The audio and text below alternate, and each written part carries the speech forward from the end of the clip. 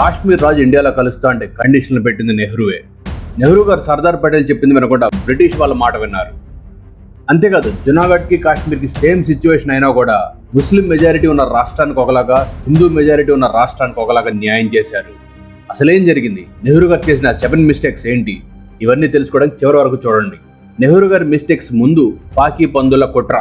June 3, 1947 మన భారతదేశానికి viceroy mount baton ఈ సో కాల్డ్ జూన్ ప్లాన్ ని అప్రూవ్ చేశాడు. అంటే బ్రిటిష్ వాళ్ళు ఏదైనా చేయాలనుకోండి ఫస్ట్ యాక్ట్ రాస్తారనమాట. ఆ యాక్ట్ రాసిన తర్వాత వీళ్ళు అఫీషియల్ గా అమలు చేస్తారు దేన్నైనా. సో జూన్ ప్లాన్ ప్రకారం ఇండిపెండెన్స్ ఆఫ్ ఇండియా యాక్ట్ 1947 ని ఇంగ్లాండ్ రాజుకి అప్రూవల్ కోసం పంపించారు. ఈ యాక్ట్ భారతదేశాన్ని 2 ముక్కలుగా చేయడానికి ప్లాన్ చేసిన యాక్ట్ అనమాట. దీన్ని బాగా గుర్తుంచుకోండి, నెహ్రూ గారు చేసిన కాశ్మీర్ మిస్టేక్స్ లో వస్తుంది. సో ఆ టైంలో మన భారతదేశంలో సుమారు 580 ప్రిన్స్లీ స్టేట్స్ ఉండే, అంటే చిన్న చిన్న రాజులు పాలించేవాళ్ళు అనమాట. వారందరూ కూడా ఈ యాక్ట్ ప్రకారం ఎవరు ఏ దేశంలోకి వెళ్ళాలనుకుంటున్నారు, కలవాలనుకుంటున్నారు అని చెప్పి స్టాండ్ స్టిల్ అగ్రిమెంట్ రాసుకున్నారు. ఈ యాక్ట్లో భాగమే అది కూడా. ఈ మీటింగ్ అయ్యాక ముస్లిమ్స్ కాశ్మీర్కి స్కెచ్ చేయడం ప్లాన్ వేశారు. కాశ్మీర్లో రాజేమో హిందూ, కానీ జనమంతా మెజారిటీ ముస్లిమ్స్. సో వాళ్ళు ఏదైనా చేయగలరు. ఫస్ట్ పూంచ్ అనే ప్రాంతంలో నో ట్యాక్స్ క్యాంపెయిన్గా గొడవ స్టార్ట్ చేశారు. ఇంకా ఆగస్టు 15 రోజు భారతదేశానికి స్వతంత్రం ప్రకటించిన తర్వాత ఆ పూంచ్ ప్రాంతంలోనే పాకిస్తాన్ ఫ్లాగ్ని ఎగరేశారు ప్రో పాకిస్తానీ జనం. మెల్లగా గొడవల నుండి మర్డర్లు చేయడం స్టార్ట్ చేశారు. ఇంకా అప్పుడు పాకిస్తాన్ ప్రైమ్ మినిస్టర్ లియాఖత్ అలీ ఖాన్ కాశ్మీర్ మీద దాడి చేయడానికి ఒక రూమర్ క్రియేట్ చేశాడు. కాశ్మీర్ మహారాజు సిక్కు సైన్యంతో ముజాఫర్బాద్ మీదకి దాడికి వస్తున్నాడు అని. ఆ ప్రాంతంలో ఉన్న పఠాన్స్ అందరూ చాలా పవర్ఫుల్. ఇంకా లియాఖత్ అలీ ఖాన్ వాళ్ళని రెచ్చగొట్టాడు. ఆ పఠాన్స్ ఒక 5,000 మంది ఉంటే ఇంకో 20,000 మంది ఆ చుట్టుపక్కల ఉన్న గిల్గిట్ ప్రాంతంలో ట్రైబ్స్ అందరూ వేసుకొచ్చారు. ఆ ట్రైబ్స్ అందరికీ గొడ్డళ్ళు కత్తులిచ్చి ఈ పఠాన్స్కి పాకిస్తాన్ సప్లై చేసిన తుపాకులు పట్టుకొచ్చారు.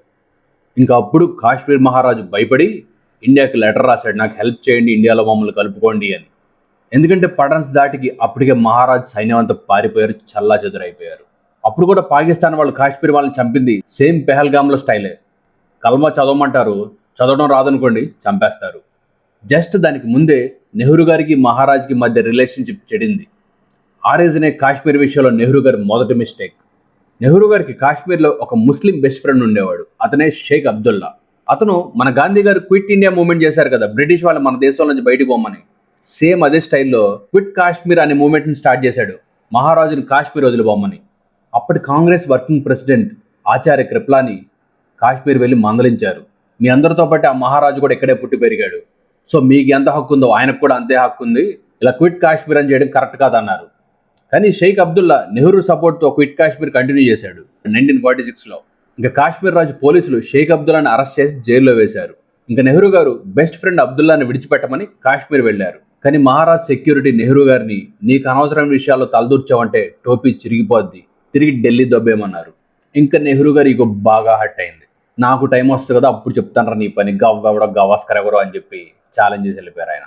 అది మనసులో పెట్టుకుని కాశ్మీర్ రాజు మమ్మల్ని ఇండియాలో కలుపుకోండి అని రిక్వెస్ట్ చేస్తే నెహ్రూ గారు వెంటనే కలుపుకోలేదు ఈగోతో.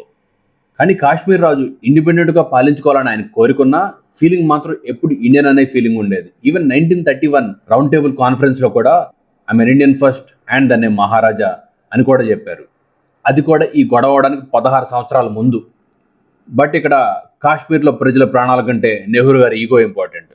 ఇంకా నెహ్రూ గారు రెండో మిస్టేక్, అబ్దుల్లాని బెస్ట్ ఫ్రెండ్ అంటే నెహ్రూ గారిని పిచ్చి గొర్రెం చేశాడు. అలా అని కాశ్మీర్ మహారాజుని తక్కువేయడం కాదు. మొదట్లో మీకు చెప్పాను కదా, గుర్తుంచుకోండి, ఒక స్టాండ్ స్టిల్ అగ్రిమెంట్ ఒకటి రాశారు ఇండియన్ ఇండిపెండెన్స్ యాక్ట్ ప్రకారం అని చెప్పి. ఈ విషయంలో దేశముద్రి కాశ్మీర్ రాజు భారతదేశంతోనూ పాకిస్తాన్తోనూ ఇద్దరితోనూ అగ్రిమెంట్లు రాశాడు, మీ దేశాల్లో కలుస్తాను అని. అది కూడా పాకిస్తాన్ అటాక్ చేయడానికి జస్ట్ 2 నెలల ముందు, అంటే ఆగస్టు 12 తారీఖు.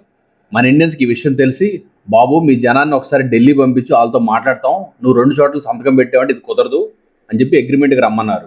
ఈలోపు పాకిస్తాన్ వాళ్ళు వాళ్ళకు కూడా తెలిసి ఆగస్టు 24 తారీఖున కాశ్మీర్ మహారాజుకు లెటర్ రాశారు, నువ్వు పాకిస్తాన్లో కలవాలనుకుంటున్నావు, ఇండియాలో కలవాలనుకుంటావు, తేల్చుకో లేకపోతే పుచ్చ పగిలిపోద్దని. కానీ కాశ్మీర్ రాజు ఇండియాలో కలుస్తా అనట్లేదు, పాకిస్తాన్లో కలుస్తా అనట్లేదు. మనకున్నంత ఓపిక టెర్రరిస్టులకి ఎందుకు ఉంటుంది. ఇంకా పాకిస్తాన్ వాళ్ళు ఆపరేషన్ గుల్మర్గ్ అక్టోబర్ 22, 1947 స్టార్ట్ చేశారు. అదే కాశ్మీర్ని ఆక్రమించి పాకిస్తాన్లో కలుపుకోవడానికి. ఇంకా కాశ్మీర్ రాజు భయపడి అప్పటి ఆయన పిఎం మహజన్ని పంపించాడు నెహ్రూ గారి దగ్గరికి విత్ కండిషన్స్. అసలు కాశ్మీర్ మీద పాకిస్తాన్ వాళ్ళు అటాక్ చేయక ముందే కాశ్మీర్ రాజు మాకు ఇండియా సపోర్ట్ కావాలని చెప్పి నెహ్రూ గారికి అప్రోచ్ అయ్యారు. కానీ నెహ్రూ గారు నా బెస్ట్ ఫ్రెండ్ని రిలీజ్ చేస్తే కానీ మీకు ఏ రకమైన హెల్ప్ చేయనంటే మహారాజా హరి సింగ్ తప్పక రిలీజ్ కూడా చేశాడు. అయినా కూడా నెహ్రూ గారు ఏ హెల్ప్ చేయలేదు. ఇంకా మళ్ళీ రెండోసారి అక్టోబర్ 20, 1947 మళ్ళీ ప్రపోజల్ పెట్టారు, మమ్మల్ని కలుపుకోండి బాబు ఇండియాలో అని. ఈసారి నెహ్రూ గారు ఇంకో కండిషన్ పెట్టారు. ఇప్పుడున్న పిఎం మహాజన్ని పీకేసి నా బెస్ట్ ఫ్రెండ్ అబ్దుల్లాని కాశ్మీర్కి ప్రైమ్ మినిస్టర్ చేయాలి, అప్పుడు ఇండియాలో కలుపుకుంటా అని. సరే అని మహారాజు షేక్ అబ్దుల్లాని కాశ్మీర్కి పిఎంని చేశాడు. ఇంకా ఆ టైంలో ఇండియన్ ఆర్మీ పాకిస్తాన్ ఆక్రమించిన మన కాశ్మీర్ని మళ్ళీ తిరిగి తీసుకోవడానికి వెళ్తుంటే షేక్ అబ్దుల్లా అదంతా కాశ్మీర్ కాదు, వెనక్కి వచ్చేయండి అని చెప్పి మిస్లీడ్ చేశాడు. అది మాత్రమే కాదు, 1953లో షేక్ అబ్దుల్లా పాకిస్తాన్తో చేతులు కలిపి కాశ్మీర్ వాళ్ళు ఆక్రమించేలాగా సహాయం చేయడానికి ప్లాన్ వేశాడు. అది మన ఇండియన్స్కి తెలిసి షేక్ అబ్దుల్లాని బొక్కలో పడేశారు. నా బెస్ట్ ఫ్రెండ్ అన్నందుకు నెహ్రూ గారిని 2 సార్లు గొర్రెం చేశాడు.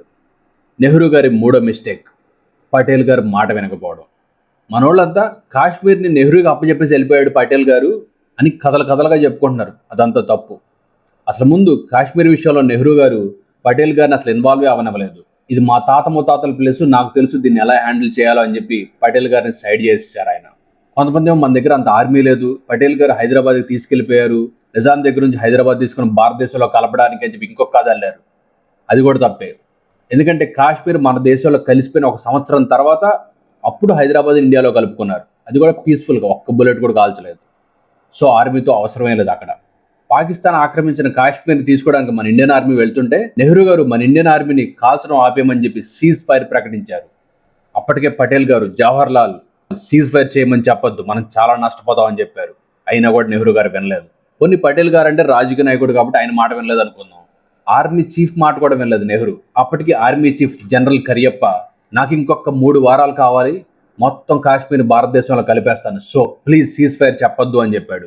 అయినా కూడా నెహ్రూ గారు వినలేదు, సీజ్ ఫైర్ చేయమని చెప్పారు. నెహ్రూ గారు 4వ మిస్టేక్, బ్రిటిష్ వాళ్ళని గుడ్డిగా నమ్మడం. అవును, మనకు స్వతంత్రం ప్రకటించారు కానీ బ్రిటిష్ వాళ్ళు పూర్తిగా ఏం వెళ్ళిపోలేదు.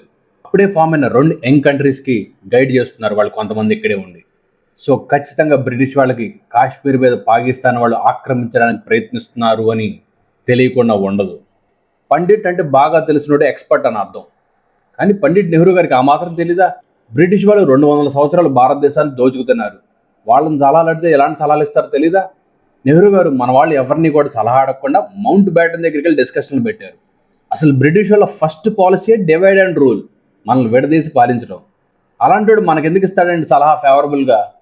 యాజ్ యూజువల్ నెహ్రూ గారు మళ్ళీ బాకరా అయ్యారు. మౌంట్ బ్యాటన్ ఈ కాశ్మీర్ ఇష్యూని యునైటెడ్ నేషన్స్ తీసుకెళ్ళమన్నాడు, అది ఎప్పటికీ తేలలేదు. నెహ్రూ గారి 5వ మిస్టేక్, ఆర్టికల్ 370. దానివల్ల ఈ 70 సంవత్సరాల్లో ఎన్ని అరాచకాలు జరిగాయో మనందరికీ తెలుసు. ఆర్టికల్ 370ని మొదట 306A అని పిలిచేవాళ్ళు. సో మీ అందరికీ 370 అని తెలుసు కాబట్టి నేను ఆ పేరుతోనే సంబోధిస్తాను దాన్ని. అసలు మొదట ఆర్టికల్ 370 ఐడియానే లేదు. నెహ్రూ గారు షేక్ అబ్దుల్లాని పిలిచి నేను చెప్పానని చెప్పు అంబేద్కర్కి, ఈ ఆర్టికల్ 370 మీద ఒక డ్రాఫ్ట్ తయారు చేసి ఇవ్వమని చెప్పు అని పంపించారు. అంబేద్కర్ గారికి రిక్వెస్ట్ విన్న వెంటనే ఒళ్ళు మండి ఇలా అన్నారు, అబ్దుల్లాజీ, కాశ్మీర్ ఇండియా కాపాడాలా, కాశ్మీర్ని ఇండియా డెవలప్ చేయాలా, కాశ్మీర్ వాళ్ళందరికీ ఇండియాలో హక్కులు ఉండాలి కానీ ఇండియన్స్కి మాత్రం కాశ్మీర్లో హక్కులు ఉండకూడదా? ఇదెక్కడ దరిద్ర ప్రపోజల్ అండి? నేను లా మినిస్టర్ మాత్రమే కాదు, భారతీయుడిని కూడా, నా దేశానికి నేను వెన్నుపోటు పొడవలేను అని చేయనని చెప్పారు. అదే మాట అబ్దుల్లా నెహ్రూ గారికి చెప్పాడు. ఇంకా నెహ్రూ గారు, అంబేద్కర్ ఒక్కడేనా చట్టం తెలిసినోడు, ఇంకా మనకు ఎవరు లేరా అని గోపాలస్వామి అయ్యంగార్ అని ఇంకో వ్యక్తితో డ్రాఫ్ట్ తయారు చేయించి నెహ్రూ గారికి ఉన్న అబ్సల్యూట్ పవర్తో ఆర్టికల్ 370ని పాస్ అయ్యేలా చేశారు. సో ఈ 5వ మిస్టేకే కాదు, ఈ దరిద్రం కూడా నెహ్రూ గారి బ్రెయిన్ చేయలేదు. నెహ్రూ గారి 6వ మిస్టేక్, నెహ్రూ గారిని ఆర్టికల్ 70 ఎందుకురా బాబాయ్ అంటే ఏమన్నారు? కాశ్మీర్ది స్పెషల్ కండిషను, అందుకే దానికి ఇచ్చాను అలా అన్నారా? మరి జునాగఢ్ది కూడా స్పెషల్ కండిషనే కదా, దానికి ఇవ్వలేదు ఆర్టికల్ 370. స్పెషల్ కండిషన్ పక్కన పెడితే అసలు కాశ్మీర్ ఇండియాలో కలుపుకోవడానికి ఇచ్చింది కాదు, అది ఇండియాలో కలిసిపోయిన ఒక 2 సంవత్సరాలకి ఇచ్చారు అది ఆర్టికల్ 370. ఆర్టికల్ 370 ఇచ్చేనాటికి జునాగఢ్, కాశ్మీర్ 2 మన దేశంలో కలిసిపోయాయి కూడా. సో దీని గురించి భారతదేశంలో ఉండే ప్రజలంతా ఏమంటారంటే, ముస్లిం మెజారిటీ ఉన్న రాష్ట్రానికి ఒక న్యాయం, హిందూ మెజారిటీ ఉన్న రాష్ట్రానికి ఒక న్యాయం చేశాడు నెహ్రూ అంటారు. మనమైతే ఇక్కడ రిలీజన్ పేరు తెచ్చి చిచ్చు పెట్టేది ఏం లేదు, ప్రపంచం అంతా తెలుసు ఏం జరిగిందో. ఇంకా జునాగఢ్ని సర్దార్ పటేల్ గారు డీల్ చేశారు కాబట్టి న్యాయం జరిగింది. జునాగఢ్ని పాలించింది ముస్లిం నవాబు, వాడిల్లి పాకిస్తాన్తో కలిసిపోయాడు. ఇంకా పటేల్ గారు దేశంలో డెమోక్రసీ స్థాపించాలంటే ప్రజలు ఏం కోరుకుంటున్నారో మనం అదే చేయాలి అని, ఆ జునాగఢ్ నవాబుకి బొక్క పగిలిపోద్దని, ప్రజల్లే డిసైడ్ అవనిద్దాం అని ప్లెబిసైట్ అంటే ఓటు వేయమన్నారు. అది రియల్ డెమోక్రసీ అంటే. 91% జునాగఢ్ ఇండియాలోనే ఉండాలని ఓటు వేశారు. ఇప్పుడు మీరు అనొచ్చు అదే ఏడుపు కాశ్మీర్లో కూడా ఏడవచ్చు కదా అని. బట్ అక్కడ పెత్తనం అంతా నెహ్రూ గారిది, ఆయన సీతయ్య ఎవడ మాట వెండు. కానీ ఆ రోజే కాశ్మీర్లో కూడా ప్లెబిసైట్ పెట్టి ఎవడెక్కడికి పోవాలనుకుంటున్నాడో పొండి అని చెప్పి ఓటింగ్ పెడితే ఈరోజు టెర్రరిజం ఉండేది కాదు, ఇంతమంది ప్రాణాలు పోయేవి కాదు.